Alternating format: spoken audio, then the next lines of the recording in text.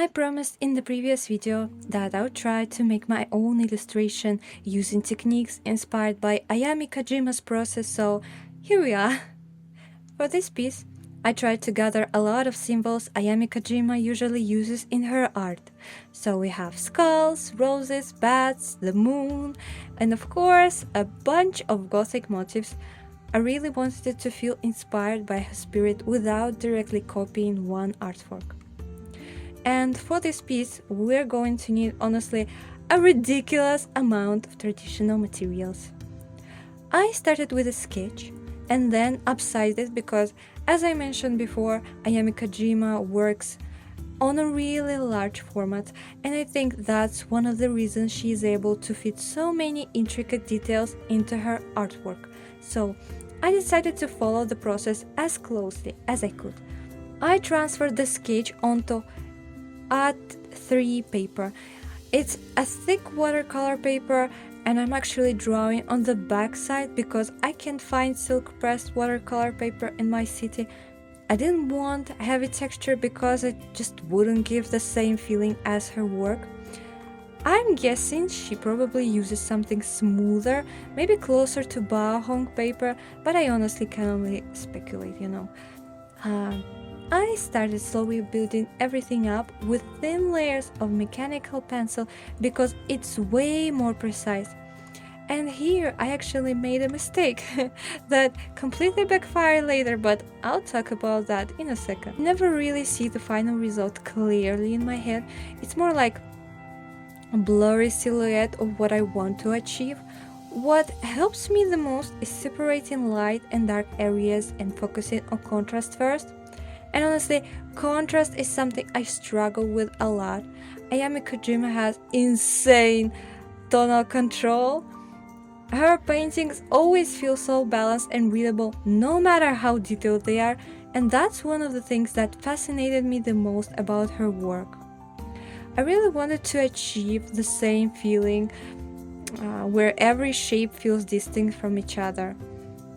So I spent a huge amount of time just toning everything with a pencil.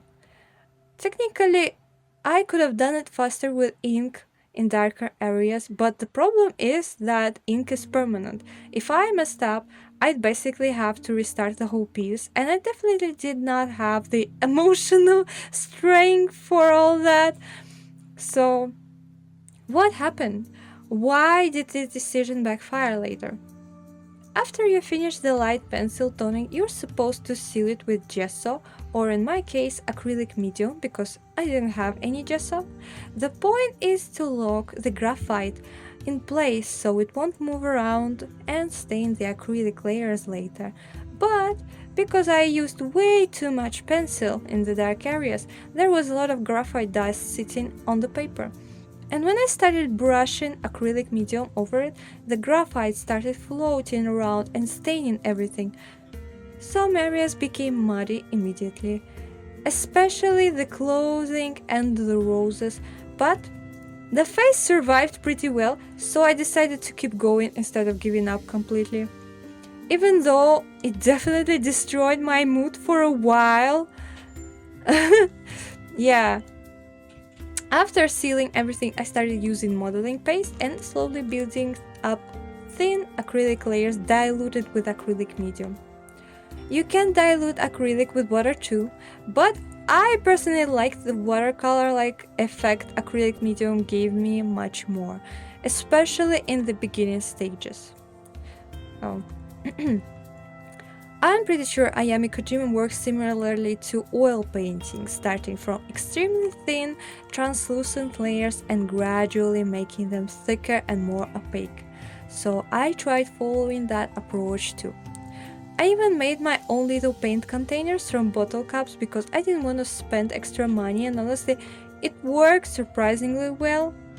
At some point, the painting finally started coming together again, and I felt like I fixed the muddy stage enough to continue confidently. That's when I really relaxed and started enjoying the process. It felt really rewarding to push through the ugly face instead of abandoning the piece. After the acrylics, I started working with ink and I'm honestly obsessed with the ink I bought for this. It's not exactly the same kind Ayami Kojima uses though. I think she probably uses like two different inks, one pure black and another one that becomes warm brown when diluted. I still haven't found the exact dark brown she uses, but one day I really want it in my collection. And if you want to try something similar, you need India ink or um, another waterproof ink with a rubber or gum binder, otherwise the layer will reactivate and move around too much. The ink I used layers beautifully when diluted. You can slowly build up the darkness little by little, and I absolutely loved working with it.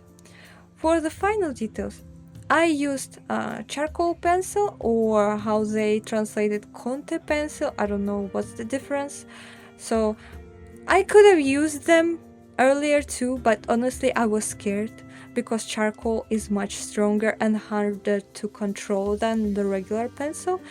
So, finished result, as you can see, I added some acrylic white highlights off camera because Ayami Kojima does that too. But at this point of the recording, files were really massive. This painting took me around 20 hours total, maybe a little bit less, and the amount of gigabytes the speed paint consumed is honestly terrifying.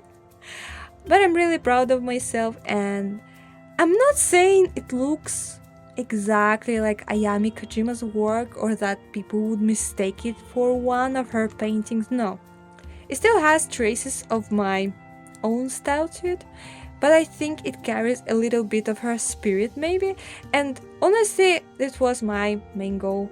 I wanted to understand how she thinks while painting. I wanted to understand how difficult and how fast this process actually is, and I wanted to feel what it's like to approach an illustration this way. And this experience also made me realize just how perfected her style really is. Her workflow feels completely tailored to her strength. When I look at her art, it feels like she's already far out in the ocean swimming confidently, while I'm just standing at the shore touching the water with my feet. And that's exciting too. Technically, there are definitely faster ways to imitate her aesthetic digitally. I actually tried it before a couple of times, I'll show you. I scanned the pencil sketches and colored them digitally using grayscale layers and rebels impasto textures. And those pieces took me maybe 4 or 8 hours max, so digital is way faster. But I don't regret spending so much time on this piece at all, because all that time still transformed into knowledge and experience.